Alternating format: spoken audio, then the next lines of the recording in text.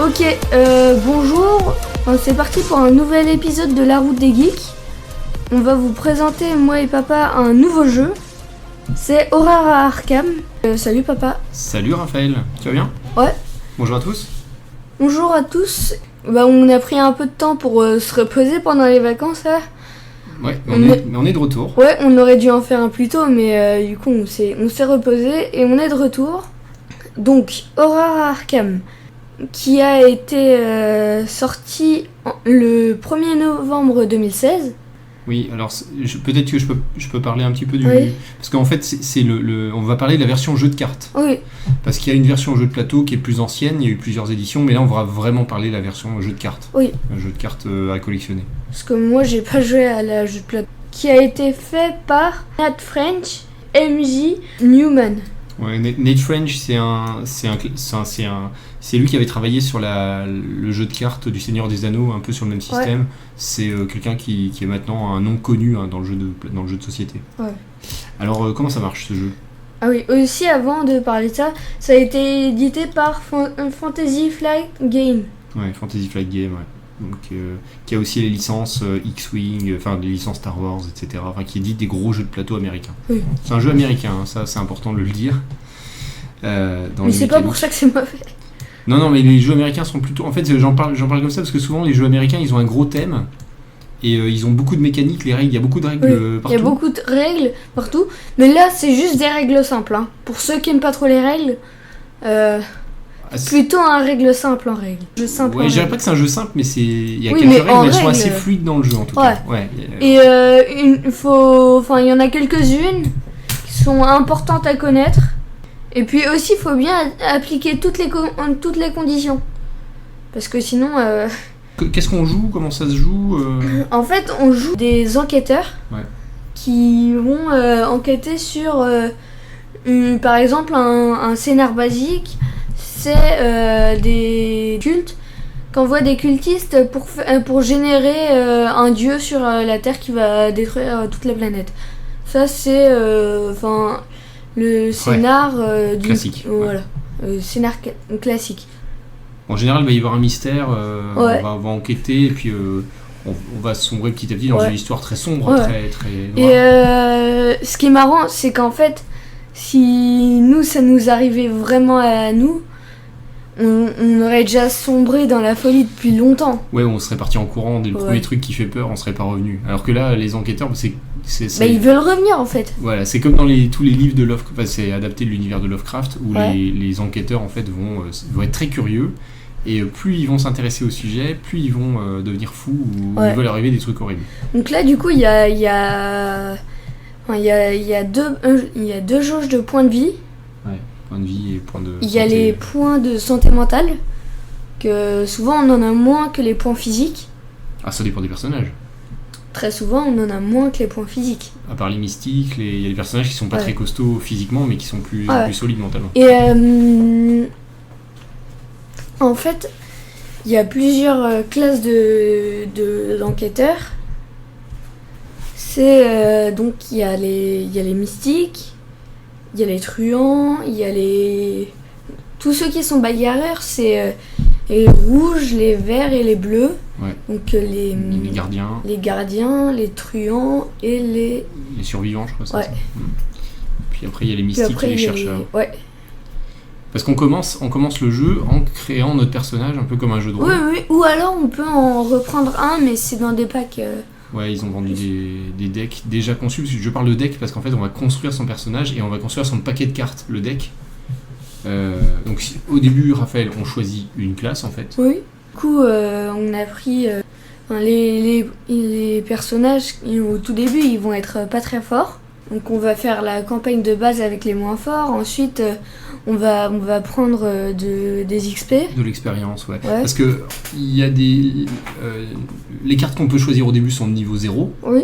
Et avec l'expérience, on peut acheter des cartes de niveau 1, 2, 3 et améliorer les cartes qu'on avait prises au début. Donc notre personnage évolue, mais bien sûr ça n'est pas si simple parce que en même temps que notre personnage évolue, il prend aussi de nouvelles faiblesses, des cartes mauvaises qu'on peut piocher, parfois des traumas, ça veut dire déjà des malus qu'on va avoir au début des scénarios.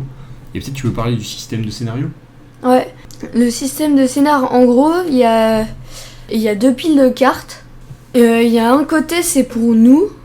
Pour qui fait avancer ou alors si on attend trop longtemps avant de faire avancer l'histoire, par exemple des fois il faut aller dans un certain lieu avec tel nombre d'indices et les dépenser pour une action. Et par exemple des fois ça prend plus de temps que prévu. Et par exemple il y a des monstres qui bloquent la route et du coup on peut pas y aller facilement. Et on doit donner la main au coéquipier pour qu'il y aille tout seul et qu'il fasse avancer l'intrigue.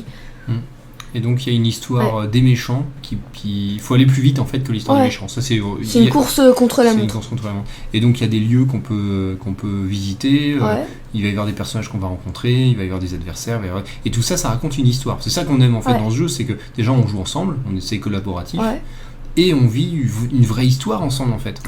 On découvre l'histoire petit à petit, il y a des rebondissements, et il y a une mécanique assez forte parce qu'il y a les cartes qu'on va jouer qui font des combos les uns avec les autres. Nous, on a des combos pour s'aider nous tous les deux. Et c'est ça qu'on aime beaucoup, c'est le côté vraiment on vit une histoire ensemble. Donc là du coup aussi je voulais vous parler d'une extension qui était pour le 1er avril qui m'a beaucoup fait rire.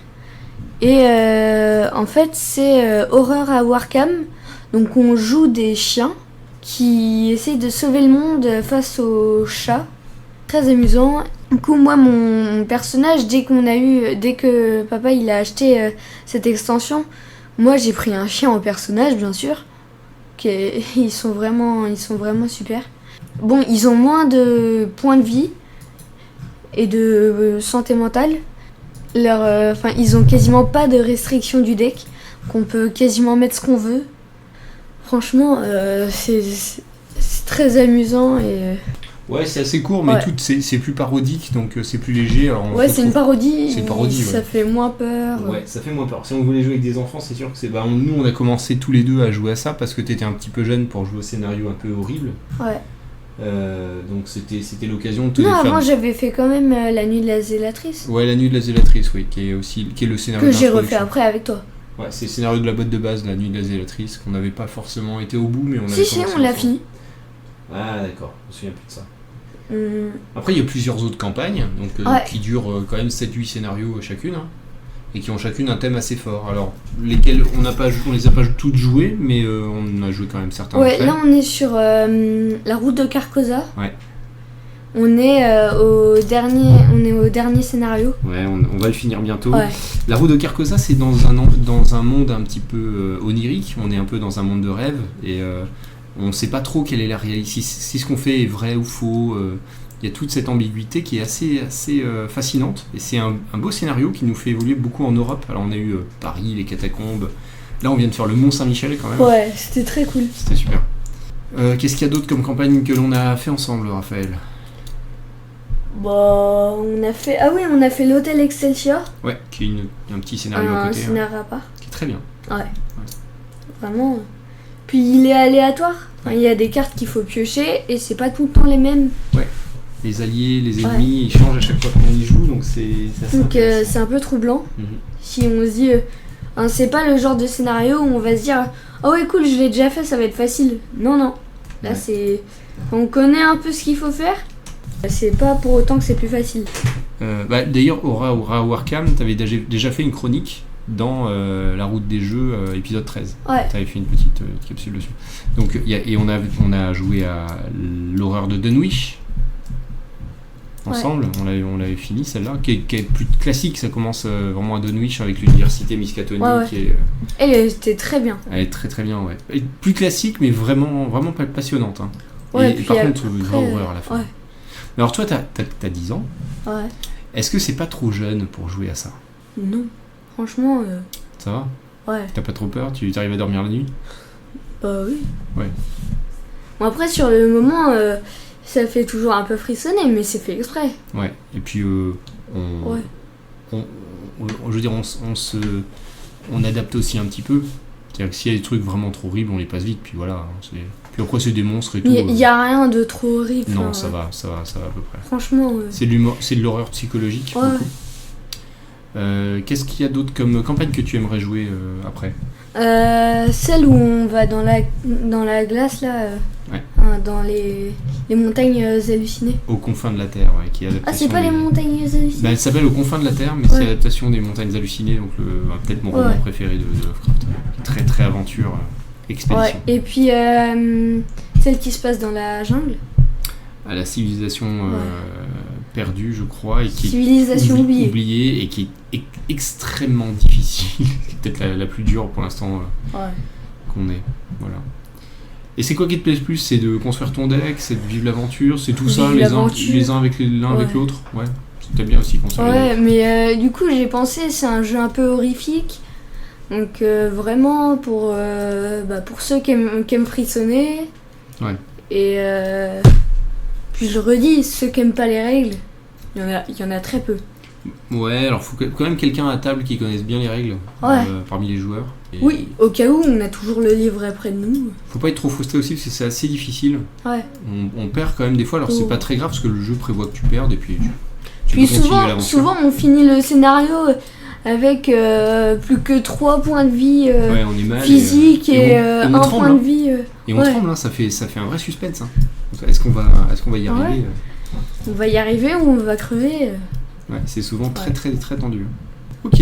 Mais on n'en a perdu aucun ensemble. Ouais, on a failli. Hein. Le dernier, franchement, on va voir après. Il y a le dernier scénar de Carcosa qui est un peu chaud. On verra si on vous en reparlera peut-être au prochain épisode. Puis après, il y a l'épilogue. On va se prendre plein de traumas. Ouais, toi, tu gardes ton personnage. Moi, je change de personnage à chaque partie. Quoi? À chaque campagne. J'en ai gardé un plusieurs fois, mais ils deviennent difficiles à jouer après, petit à petit. Ouais. Puis j'aime bien explorer d'autres personnages. J'ai pas mal de personnages différents avec des pouvoirs et des compétences différentes. Et moi, j'aime bien explorer un peu. Toi, t'as ton chien que t'aimes bien. Ouais. Et que tu sais très bien le jouer, donc bon. On verra. Tu feras d'autres chiens peut-être après. Pour l'instant, il a 0 trauma. Ouais, bah t'as du bol. À mon avis, ça va pas durer. Ouais. Après Carcosa. Ouais. Donc, on se retrouve pour la prochaine fois. Bah oui, ça fait plaisir, ça faisait très longtemps qu'on n'avait pas fait ce truc. Donc prochain épisode, est-ce que tu sais de quoi on va parler? C'est un jeu vidéo, c'est un jeu de rôle. Un jeu vidéo ou un jeu de rôle? Les deux. C'est vrai? Ouais. Ok, un jeu vidéo de rôle, très bien, et ça sera le mois prochain. Cette fois-ci, on va tenir les délais. Ouais. Promis. Bah il nous reste à saluer tout le monde. Voilà. Bon bah à la prochaine. Bonne rentrée à tous. Ouais, bonne rentrée. Et à bientôt. Salut. Ouais. Salut.